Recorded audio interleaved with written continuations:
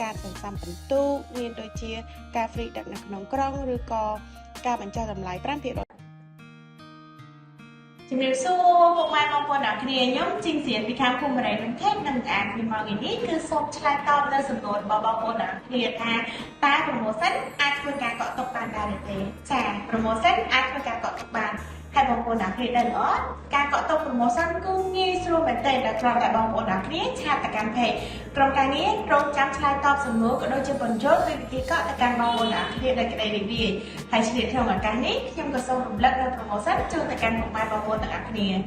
គឺរាល់ការកំងនំតម្លៃចាប់ពី$20ទៅ$40គឺមានការបញ្ចុះតម្លៃជូន 10% ភ្លាមៗនិងបងប្អូនកំងនំតម្លៃចាប់ពី$50ឡើងទៅគឺយើងមានការបញ្ចុះតម្លៃ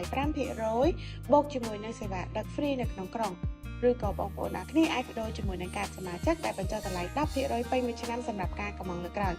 ជប់សិនសម្រាប់បងប្អូនដែលចង់បាននំភ្លាមឬក៏នំកាប់សម្រាប់កម្មវិធីនៅថ្ងៃនេះដោយមិនមានការកក់យើងក៏មាន promotion ជូនពុកម៉ែបងប្អូនអ្នកគ្នាមានដូចជាការសន្សំពិន្ទុមានដូចជាការ free ដឹកនៅក្នុងក្រុងឬក៏ការបញ្ចុះតម្លៃ 5% ភ្លាមៗសម្រាប់ព័ត៌មានលម្អិតឬក៏ព័ត៌មានបន្ថែមបងប្អូនអាចទំនាក់ទំនងទៅកាន់ page ឬក៏លេខទូរស័ព្ទដែលបានដាក់ជូននៅខាងលើ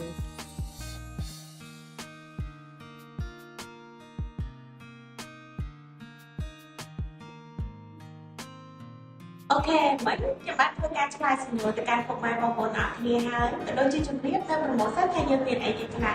អញ្ចឹងបងប្អូនអ្នកគ្នាកុំភ្លេចធ្វើការកក់ទាំងអស់គ្នាណាអរគុណច្រើនជម្រាបលា